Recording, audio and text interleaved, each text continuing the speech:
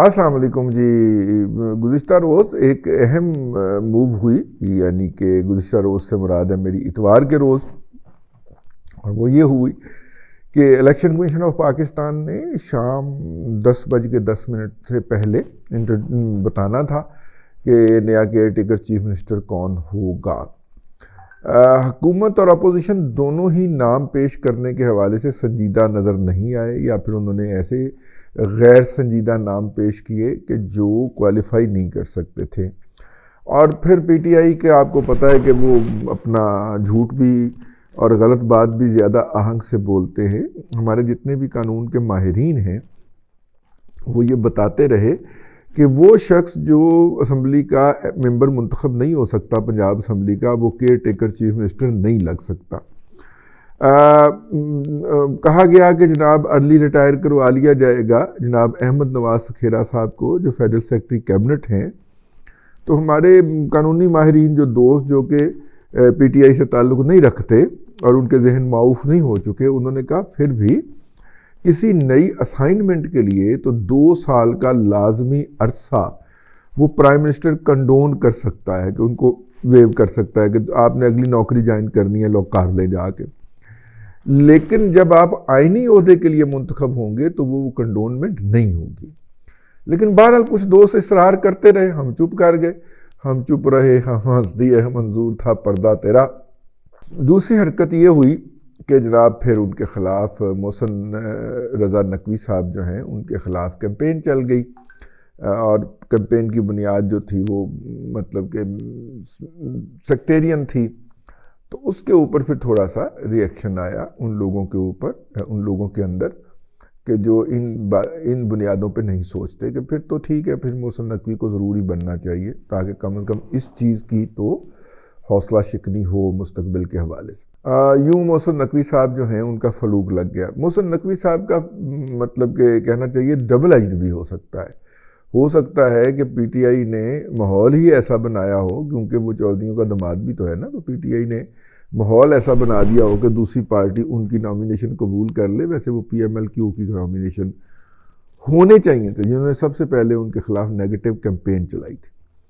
جو سب سے بڑا اعتراض جس کے اوپر اے آر وائی نے، سونے کے سمگلروں نے پورا گھنٹے کا پروگرام کیا، وہ یہ تھا کہ انہوں نے جناب نیب سے، نیشنل اکاؤنٹیبلٹی بیورو سے پلی بارگین لیا ہوا ہے۔ ہم نے پھر فوری طور پہ رابطہ کیا، ون اینڈ اونلی سعید چودھری صاحب ہیں، میں انہیں صحافی اثر کہتا ہوں، تو صحافی اثر سے میں نے رابطہ کیا۔ میں نے کہا آپ کو یاد ہے اس طرح کی کچھ چیز ہم نے رپورٹ کی تھی ہارس اسٹیل مل کی؟ انہوں نے کہا ہاں کی تھی۔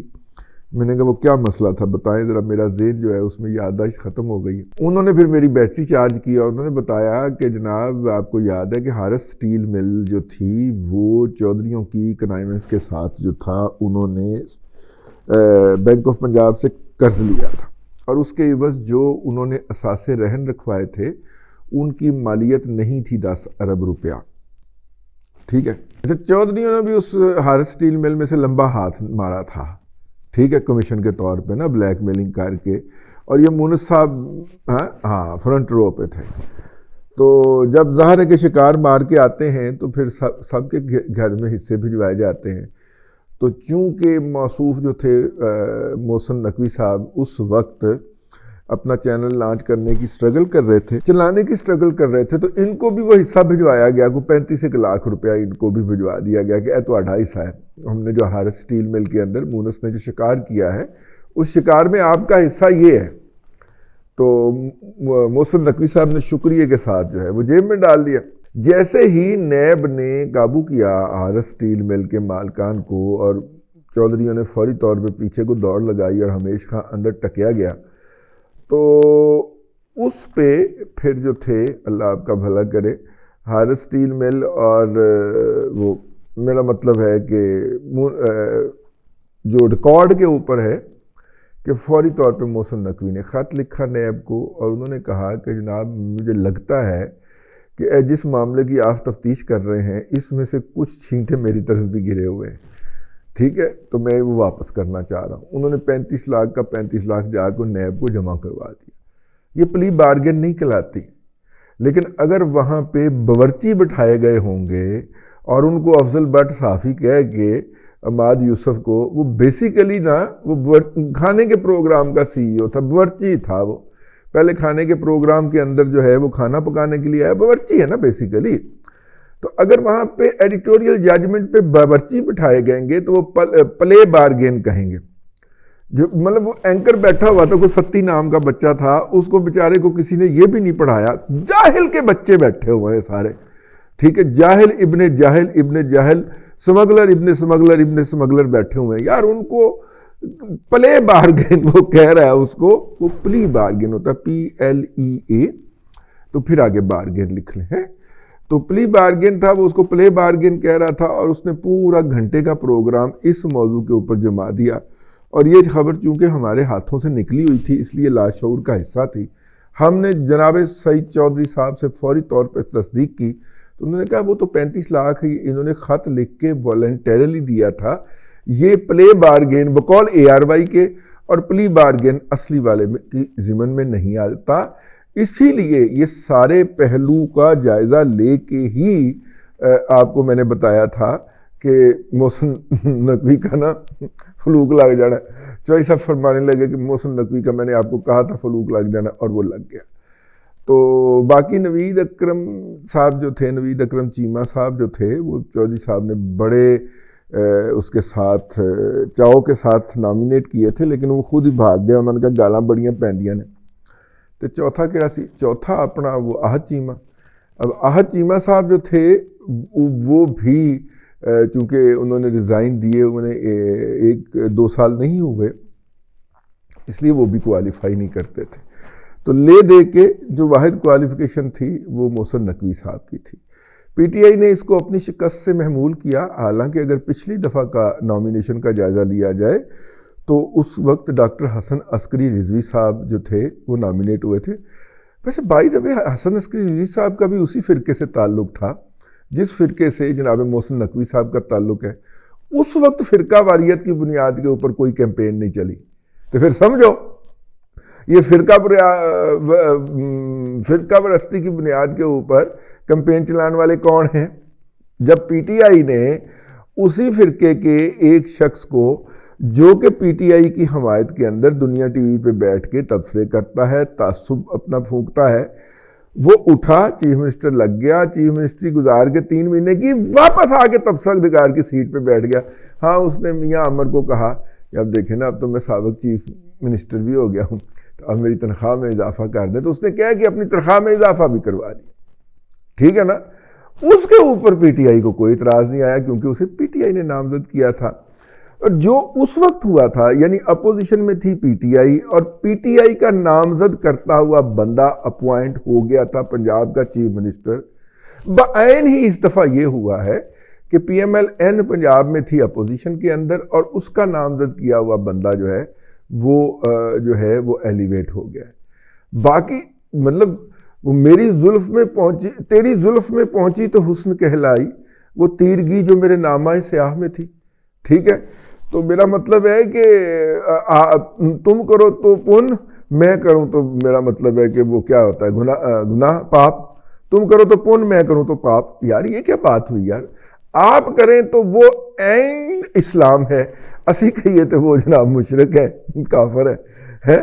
کو میرا مطلب کو تھوڑا جا اگرچہ توقع کوئی نہیں، کوئی تھوڑی شرم ہوتی ہے، کوئی حیا ہوتی ہے، کوئی گریز ہوتی ہے، کوئی تھوڑی ہی تو شرم کیا کرو نا یار. تم اپنا آرگومنٹ پروف کرنے کے لیے کس گھٹیا حد تک گر جاتے ہو یار، یہ تو بڑی زیادتی والی بات ہے. بندہ کوئی انسان کے لیول پہ نہیں، کوئی باندر کے لیول پہ ہی رہ جاتا ہے یار. چلو باندر کو چھوڑو یار، کتے کے لیول پہ ہی رہ جاتا ہے یار. وہ آپ تو اس سے بھی گر جاتے ہو یار. کوئی زمینی کیڑے مکوڑے سے بھی نیچے، کوئی وہ سینک نہیں ہوتی کیا کہتے ہیں اس کو، دیمک شیمک کے لیول سے بھی نیچے گر جاتے ہو یار. کو خدا کا خوف کر. ٹھیک ہے. وہ حرکت جو آپ نے فرمائی تھی وہی حرکت اس دفعہ آپ کے ساتھ ہوئی ہے، تو آپ کی چیخیں کیوں نکل رہی ہیں؟ اس کے بعد جناب سب سے پہلے دریائے جہلم کے جو ہیں، نہیں دریائے جہلم کے نہیں، جہلم کے فواد چودھری صاحب جو ہیں، یار تسی کوئی ہور نہیں سمجھ لیں، دریاؤں میں دریائی گھوڑا پایا جاتا نہیں. دریائے جہلم کے نہیں، جہلم کے جو ہیں فواد چودھری صاحب، انہوں نے فوری طور پہ اس کو مسترد کر دیا اور کہا کہ جی ہم اس کو چیلنج کریں گے. اچھا اب ہمارے کئی ماہرین دوست ہیں وہ کہتے ہیں کہ جی الیکشن کمیشن کا یہ رائٹ چیلنج نہیں ہو سکتا آئین کے اندر. چلے لیکن یہاں پہ تو آئین کو ری رائٹ کرنے والے بیٹھے ہوئے ہیں نا. اڑدی جاندی مکھی کولوں باندر ٹکر کھو سکتا ہے, ایتھے کچھ بھی ہو سکتا ہے بھائی. انہوں نے پہلے 2-3 فیصلوں کے اندر آئین ری رائٹ نہیں کیا.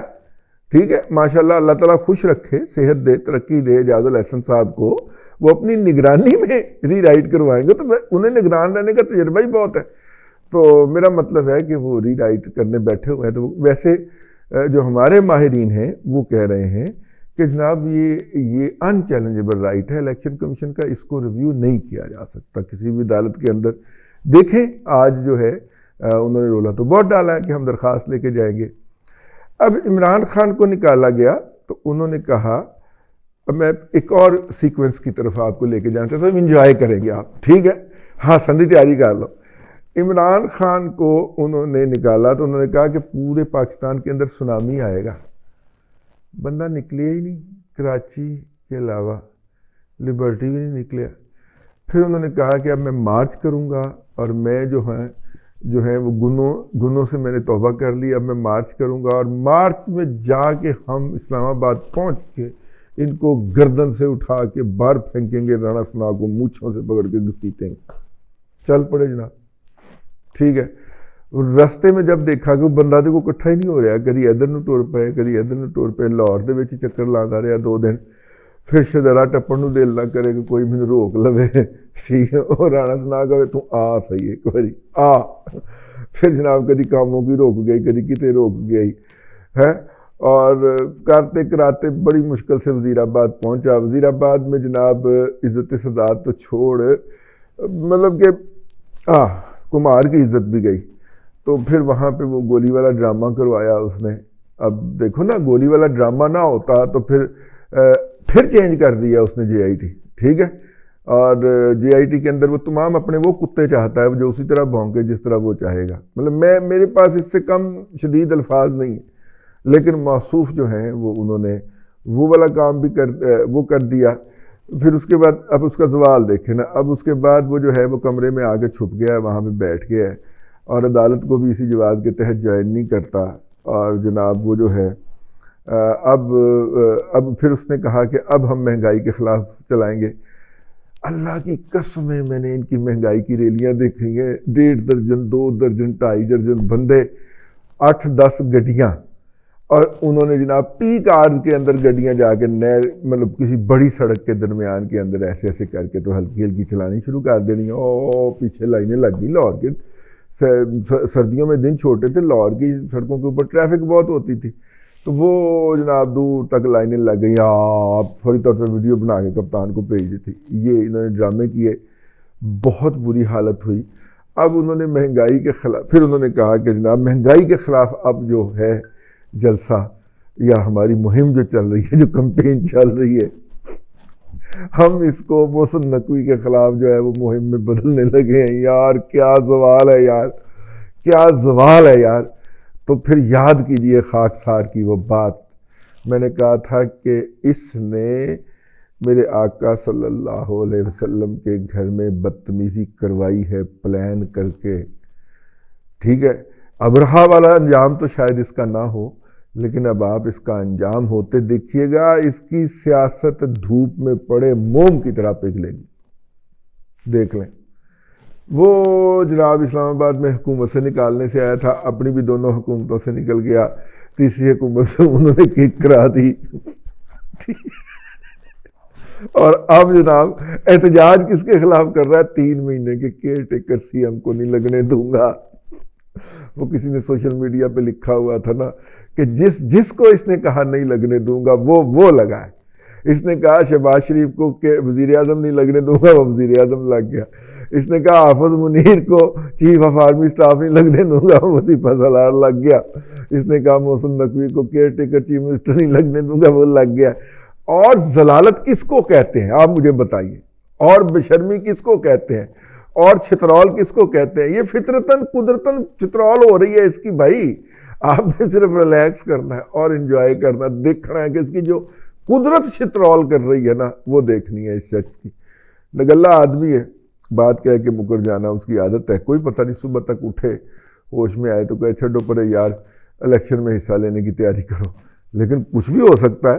پہلے بھی تو اس کو بلایا تھا نا سپریم کورٹ کے مختلف ججز نے کہ آیا ادھر آ سانو دس جنرل باجوہ کے حکم پہ. اب تو یہ اس نے خود کہہ دیا ہے نا, جنرل باجوہ کے حکم پہ سپریم کورٹ نے بلایا تھا, تو ہو سکتا ہے حافظ صاحب بھی حکم دے دیں کہ ذرا بلا کے اس کی بات سنیں. ایسے کچھ بھی ہو سکتا ہے. ٹھیک ہے نا. چلیں اب تک کے لیے اتنا ہی. اگلے ولاگ کے اندر پھر حاضری ہوگی. اللہ تبارک و تعالیٰ آپ کو آسانیاں عطا کرے اور آسانیاں خلق خدا میں تقسیم کرنے کی توفیق عطا کرے.